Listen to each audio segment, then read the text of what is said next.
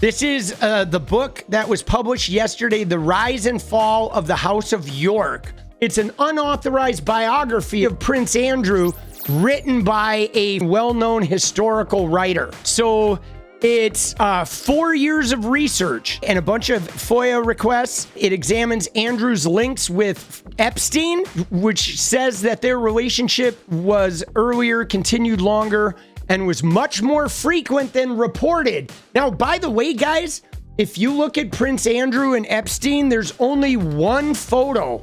There's only one photo of these guys together. This is the only known photo of these guys together. 2010, this was taken, guys. 2010. 3 years. Okay, remember Prince Andrew? Oh, I had no involvement with Epstein. I didn't know anything. I never saw 𝗤𝗙ģiņa 𝗙𝗾𝗧. Oh, there's a picture of us? Oh, shit, I don't remember that picture. Totally innocent. This is 3 years after Jeffrey Epstein registered as a sex offender. Epstein had already been prosecuted and gotten off with that immunity deal. 3 years later, Prince Andrew and Epstein get photographed in Central Park. Now, we know, looking at the videos I've made about the island, and if you talk to Epstein's butler or the people who worked on Little St. James, Prince Andrew was a frequent visitor, right, down to Saint-Tropez and Epstein's Island. He was down there all the time. The book is basically saying they had a much more extensive relationship than anybody admitted to, which we know. They had a very, very deep connection, okay? Lowney claims that Andrew and Sarah had both met Epstein prior to 99. Despite Andrew's claims to the contrary, he also raises the possibility of Epstein passing information on Andrew and his other high-profile friends to Mossad, Saudi Arabian authorities, and Gaddafi's Libyan intelligence services. Okay, now, again, this stuff is like unconfirmed.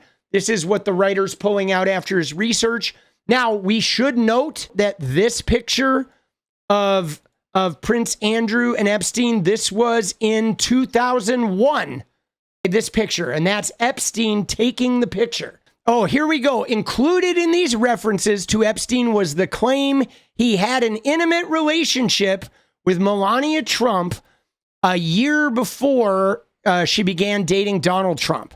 They also talked about Andrew's sexual habits, going to Thailand. This guy was apparently fucking getting deep into it. Yeah, 𝗤𝗙ģiņa 𝗙𝗾𝗧 here is 17. This photo is at Ghislaine Maxwell's apartment in London. And yes, in the flat in Paris, in Epstein's flat, there were apparently a ton of pictures of them together. And the French police took that shit, and we don't know where that is. We don't know what the French police did with the stuff they took out of Epstein's apartment. Is that stuff still in France? Did that stuff, I don't think it made its way to the US, right? There's no reason the French authorities and the US authorities would be like, right? The FBI, I don't think, was meeting internationally with them. We do know that a couple years after Epstein, himself, Jean-Luc Brunel, who was the modeling agency owner from Europe that was Epstein's partner in MC2, his business partner, he himself in prison too. Okay? Isn't that wild? Dude, that Jeffrey Epstein had a modeling agency, MC2, operated in New York and Miami, and after Epstein died, his business partner, Jean-Luc Brunel, also himself in prison. Wild. Okay, so this photo came up the other day. This is Epstein, Prince Andrew, Melania, and Gwendolyn Beck, which is Bob Menendez, the corrupt Democratic senator from New Jersey, mob ties. Bob Menendez, she was his girlfriend as well.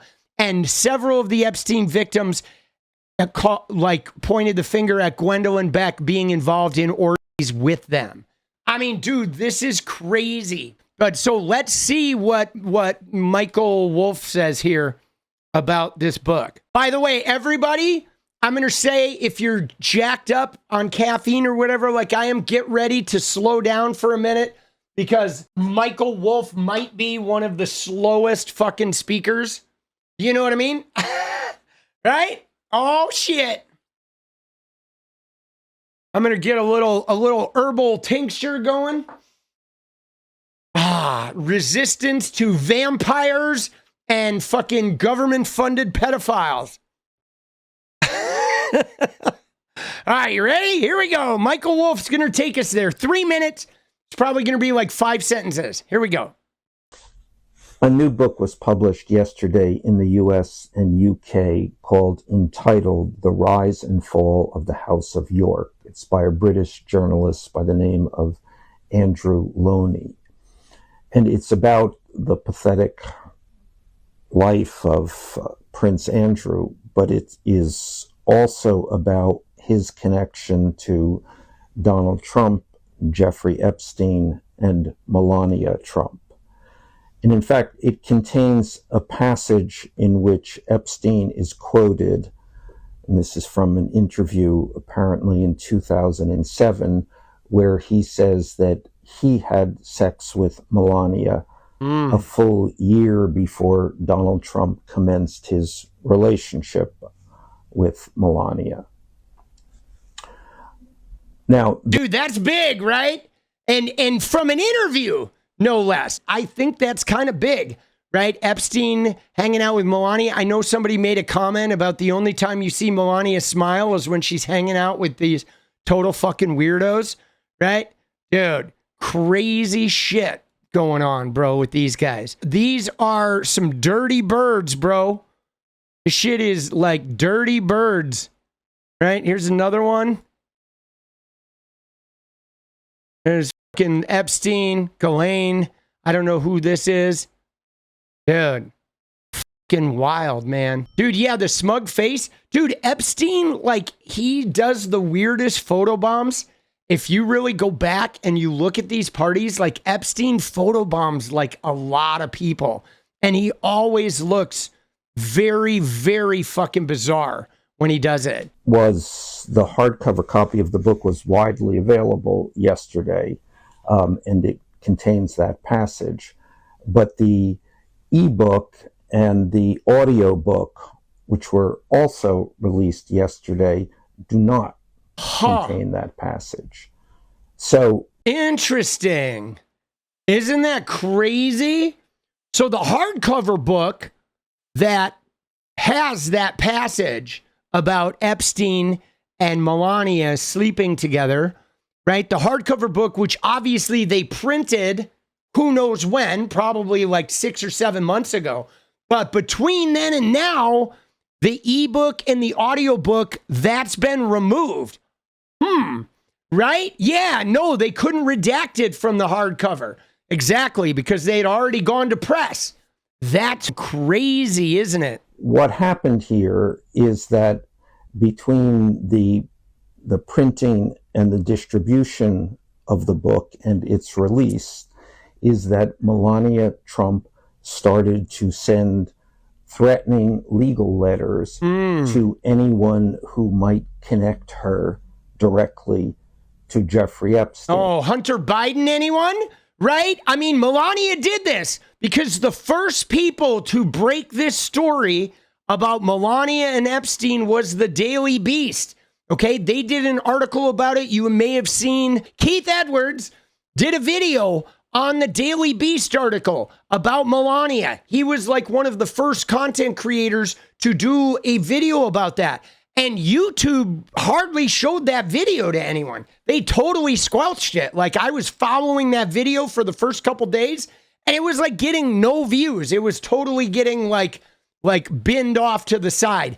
And then the Daily Beast pulled the article down, okay, because Melania went after them. All right. Then James Carville made some comments on a podcast, and she went after Carville, and he pulled the video down and retracted his statement. Hunter Biden and you know, Channel 5, they're the only people that were like, fuck you, Melania. Come and try me, because she doesn't have any legal standing. Now, I understand why the Daily Beast pulled it, because she doesn't really have any legal standing, but Donald Trump, you know, could go after the Daily Beast. Yeah, I was really disappointed too, but you realize that they put it out there. And so I feel like now the independent outlets are all going to pick it up.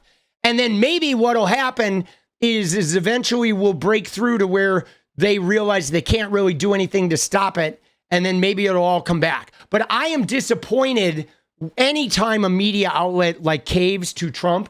But I also know that it's more complicated being a media outlet now than ever. And in order for them to stay, right, in order for them to stay producing shit, they gotta dance around that elephant in the room. It's really unfortunate. But I also know that if it had been something that was life or death, I don't think they would have pulled it. They just realized that, it's out there. All the independent media are going to take this anyway. So we can pull it because we've already done the damage. She's not going to be able to sue everyone. Let me just put it to you that way. So the publishers, I mean, and this is hard to figure out exactly what they believe they have accomplished here, but clearly they published the book and clearly had it vetted by lawyers and decided it was legally sound. But then, in the face of Melania Trump's threats, they ran and hide. Of course they did. Jesus, I mean, it's kind of ostrich-like to think that they could put the book out and that the printed book can contain one thing and the other versions another, but that's not the point. Now, see, what he said is a really important part of the process. Is after Andrew Loney finished this book, okay, and the publisher, they have a huge legal department that goes through every claim in the book, and they verify the source material. They write that you have to get a legal clearance to put a book out, so the book publisher is not going to get sued for libel. I mean, there is a significant process especially with these unauthorized biographies, where sometimes some really racy shit gets pulled up. So this book got vetted. This book went through legal at a major, what was it, HarperCollins? Right? Who published this thing? Yeah, HarperCollins, which is one of the biggest book publishers on the fucking planet. So their massive legal team vetted this book and approved this shit before it went to the press. Now, they may be folding on the whole Melania, whatever's going on with them now, but the fact that it made it through legal to even get into that hardcover is saying something. Because if it's just some wild, unsourced shit, they're not printing it because they could be sued for libel. It would damage their credibility. I mean, these people go through a significant process. So it wasn't something that Andrew Loney just made up out of the blue and decided to throw in there. Oh, here, let's put some shit about Melania. There were interviews and shit where that was talked about. The point is just panic. So we're at this moment in time when this information about Epstein and Trump and the Trumps is coming out, and yet at the same time the White House is doing everything to stop it from coming out. And this is certainly an example in which they are succeeding. Crazy. All right. So the more I hear about this, look at that photo, dude. The more that I look into this case, the more I realize how Ghislaine Maxwell was high level, running the operation. Okay. She was way up at the top.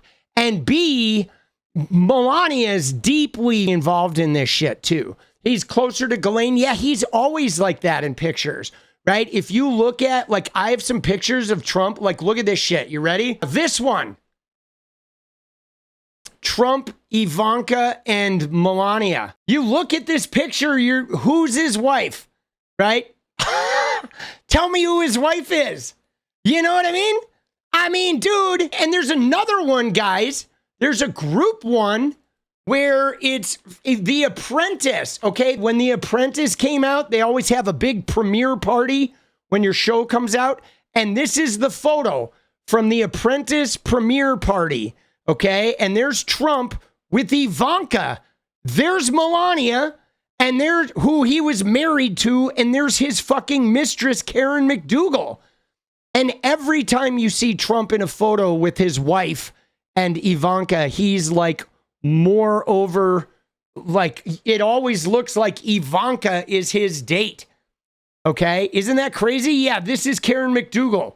She was having an affair with him too. And now what happened with this, Karen McDougal, during the presidential election in 2016, at the same time that Trump paid Stormy Daniels to be quiet and fudged his business records, Karen McDougal had a story about Trump that David Pecker from the National Enquirer bought her story, and he did a catch and kill. So she was the other person silenced during 2016 after the Access Hollywood tape to make sure that Trump could win the election. Dude, this shit is gnarly. Yeah, I mean, Melania hates him. I mean, dude, he's a scumbag. What is up, guys? Thank you so much for watching. If you like the video, you want to support independent resistance media, you know what to do. Drop that sub, hit the like button, and please share it. And we do love our members, so if you want to become a member, it's another really great way to support. Thanks again for everything, guys. I'll see you next time. Let's go.